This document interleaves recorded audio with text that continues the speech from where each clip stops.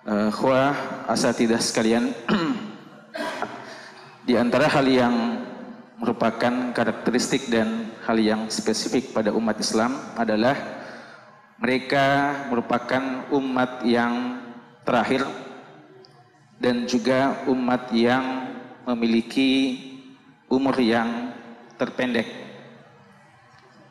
Dalam hadis yang diriwayatkan Imam Bukhari dan Muslim, Nabi SAW bersabda, "Nahnul akhirun." Kita adalah kaum umat yang paling terakhir. Dan umur umat Islam sebagaimana kita ketahui hanya sekisar 60-70 tahun. Sangat berbeda dengan umat-umat sebelum kita yang ratusan tahun, bahkan mungkin ribuan tahun.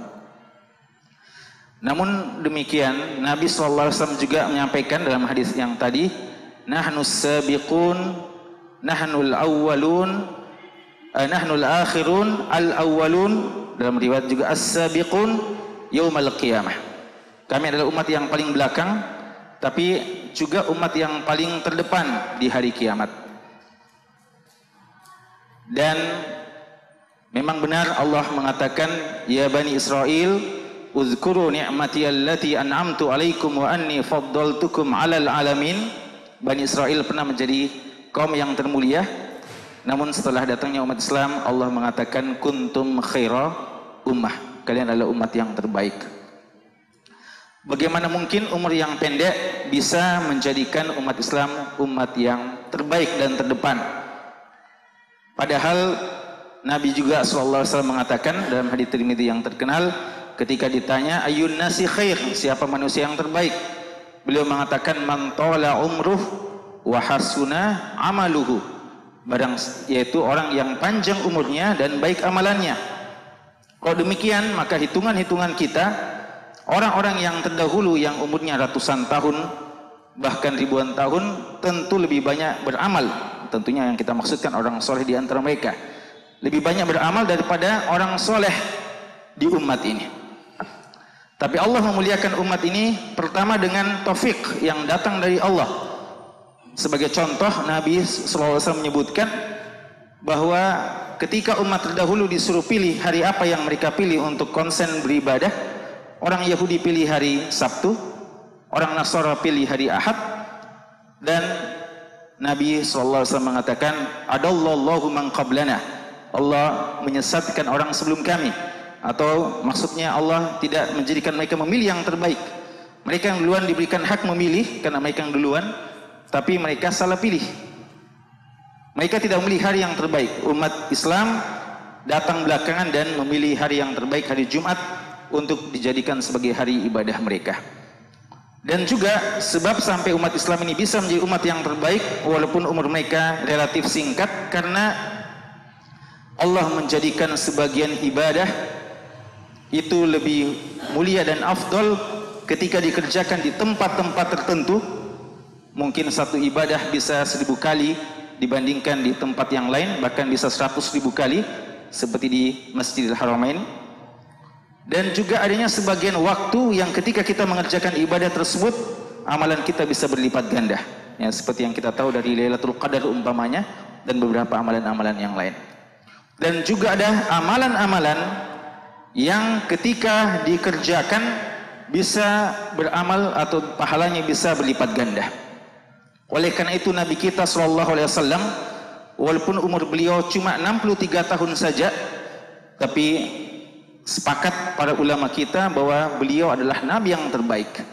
Tidaklah seorang di antara umatnya beramal soleh sejak beliau berdakwah hingga hari ini, bahkan hingga akhir zaman, kecuali setiap pahala yang didapatkan oleh hamba Allah dari umat Nabi SAW yang melakukan amal soleh itu juga akan didapatkan oleh Nabi kita SAW. Sehingga umur beliau secara pandangan duniawi cuma 63 tahun lebih, namun beliau ibaratnya panjang umur. Dan inilah salah satu makna sabda Nabi SAW, "Wa man ahabba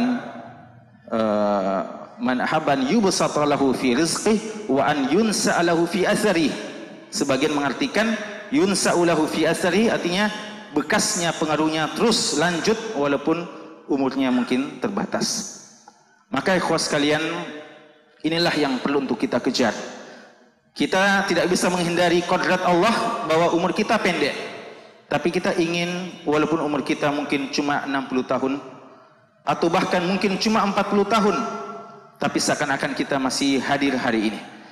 Nabi SAW 63 tahun dan terus dibicarakan kebaikan-kebaikan beliau. Juga sama Abu Bakar As-Siddiq radhiyallahu anhu, Umar bin Khattab radhiyallahu anhu, Abdullah bin Mas'ud, Ali, Abu Ubaidah, mereka semuanya umurnya sekisar 63 tahun ketika mereka wafat. Bahkan sebagian umat Nabi SAW 40 tahun saja. Imam At-Tabari bahkan sebelumnya Umar bin Abdul Aziz rahimahullah dan Imam Nawawi seakan-akan masih hadir hari ini, padahal beliau sudah lama meninggalkan kita. Inilah seharusnya kecerdasan seorang hamba. Makanya dalam sebagian hadis yang didoifkan sebagian namun dihasankan oleh sebagian, orang yang dikatakan cerdas al-qis adalah orang yang beramal untuk masa depannya, masa akhirat. Kita perlu banyak berdoa dan perlu banyak berusaha untuk itu. Ada doa yang Allah ajarkan kepada Nabiullah Ibrahim alaihissalam, atau bahkan Nabi Ibrahim menyebutkan dan Allah menghikayatkan kepada kita ketika Nabi Ibrahim berdoa dengan beberapa doa yang sangat penting dalam surat Asy-Syu'ara. Di antara doa beliau, waj'alli lisana sidqin fil akhirin waj'alni min warathati jannatin na'im waghfir li abi innahu kana minadh-dhallin wala tukhzini yawma yub'atsun yawma la yanfa'u malun illa banun wala yanfa'u malun wala banun illa man atallaha biqalbin salim. Kata-kata waj'alli lisana sidqin fil akhirin, ya Allah jadikanlah untukku lisana sidq, lisan-lisan yang jujur, yang baik untuk orang-orang setelahku. Di antara tafsirannya adalah beliau senantiasa dikenang, setiap orang membicarakan tentang Nabi Ibrahim alaihissalam selalu memujinya, selalu mendoakannya. Kisah ketika beliau menyembelih anaknya atau hampir menyembelih anaknya terus dibicarakan minimal sekali dalam setiap tahunnya. Ini adalah salah satu pembuktian bahwa Allah telah memberikan kepada beliau lisana sidqin fil akhirin, dan Allah telah mengatakan waja'alna lahum lisana sidqin aliyya, dan Allah telah memang memberikan kepada beliau lisana sidq bagi orang yang datang setelahnya. Dan demikianlah para ulama kita jamaah sekalian. Disebutkan bahwa Imam Ahmad rahimallahu taala ketika beliau telah berdakwah sekian lama dan akhirnya wafatnya para ulama tidak sama dengan wafatnya orang-orang biasa. Bahkan wafatnya apalagi para ahli bidah. Imam Ahmad pernah mengatakan ketika ahlul bidah juga makin gencar berdakwah, lalu ketika beliau ditanya, beliau mengatakan qulu lahum bainana wa bainakum yaumal janaiz, katakanlah kepada mereka nanti akan menjadi pembeda antara kita dengan mereka pada hari ketika kita sudah menjadi jenazah. Artinya ketika kita sudah wafat, bagaimana respon perhatian dari masyarakat ketika seorang alim yang soleh, seorang alim yang muslih wafat dibandingkan seorang yang kerjanya merusak di tengah masyarakat atau mungkin di kalangan ahli bidah. Akan sangat nampak perbedaan. Nanti yaumul jenazah para ulama tidak akan sama dengan yaumul jenazah orang-orang biasa, apatah lagi para penyuruh kebatilan. Dan sangat benar apa yang dikatakan oleh Imam Ahmad rahimahullah ta'ala. Al-Imam Ibnu Katsir rahimahullah ta'ala dalam Bidayah wa Nihayah menyebutkan tidak kurang dari 700.000 orang yang menghadiri jenazah Imam Ahmad rahimahullah ta'ala. Dan bukan cuma di kalangan kaum muslimin, ada 4 kata beliau golongan yang menghadiri jenazah beliau. Kaum muslimin tentu saja, ada juga Yahudi, ada juga Nasrani, dan ada Majusi. Dan tidak kurang dari 10.000, bahkan dalam sebagian versi 20.000 masuk Islam ketika mengantar atau ketika wafatnya Imam Ahmad rahimahullah ta'ala. Jin pun dikatakan, ya, mungkin sebagian ulama waktu itu punya muamalah khusus dengan jin, ya, atau kenal juga dunia jin. Disebutkan jin juga pada bersedih, ya, dengan wafatnya seorang Imam Ahmad, karena memang seorang alim dia berilmu dan dia mengajarkan ilmunya, dan ilmunya kadang dihadiri taklimnya oleh manusia dan jin. Wallahu a'lam. Ya, mungkin Ustaz Harman bisa nanti menjelaskan ya. Khusus kalian, ini makin terasa dan sangat terasa beberapa hari yang lalu ya. Kita tahu hari Sabtu kemarin ya, kita semuanya merasa kehilangan dengan seorang alim, seorang mukri, qari, imam Masjid Nabawi ya, utamanya dalam surat Tarawih, dan imam Masjid Quba, yaitu Syekh Muhammad Ayyub rahimallahu taala. Beliau mungkin tidak banyak yang kenal ya, kecuali mungkin sebagian sering mendengarkan dan menikmati qiraah beliau, tapi mungkin tidak tahu secara persis yang mana Syekh Ayyub ya, sehingga kadang sebagian ikhwah kita bilang Syekh Ayyub meninggal, dia bilang yang mana itu ya. Lalu kita bilang ini qiraahnya, bilang oh ini sudah lama kami senang dengan qiraahnya. Beliau seorang sosok ulama yang memang setahu kami beliau tidak terlalu tampil dan tidak terlalu terkenal. Namun Allah Subhanahu wa taala memuliakan beliau di hari wafat beliau ya. Semua orang yang menyaksikan ya bagaimana jenazah beliau, melihat bagaimana penghormatan para ulama, bagaimana ulama semuanya berkomentar dan memuji beliau, dan murid-murid beliau, bahkan mungkin orang yang belum sempat ketemu dengan beliau.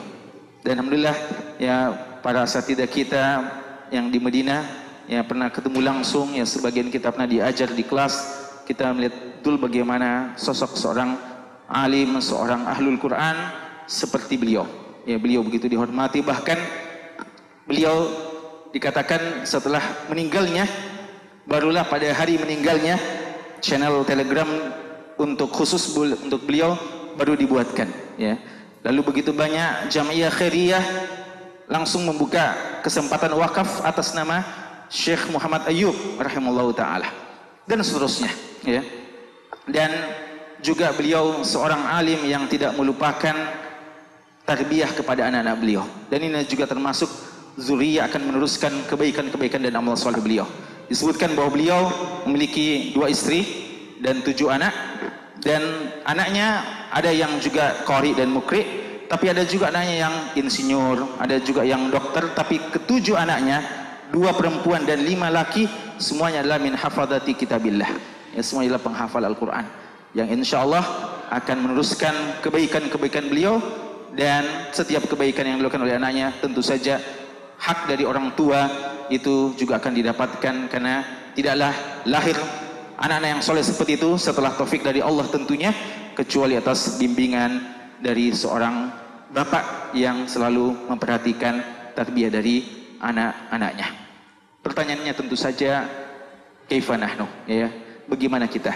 Apakah kita sudah siap jika Allah memberikan kita umur cuma 40 tahunan saja, dan sudah banyak di antara kita mungkin lebih 40 tahun atau 50 tahun atau mungkin 60 dan 70 tahun, apakah kita akan bisa mewariskan sesuatu yang mungkin dikenang?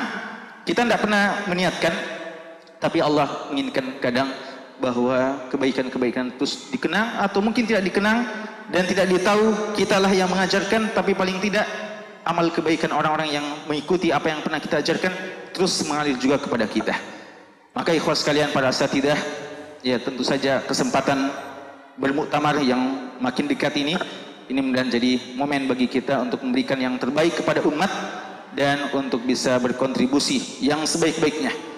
Dan kita tidak lupa berdoa juga kepada Allah sebagaimana doa Nabiullah Ibrahim, waj'alni lisana sidqin fil akhirin waj'alni min warathati jannatin na'im.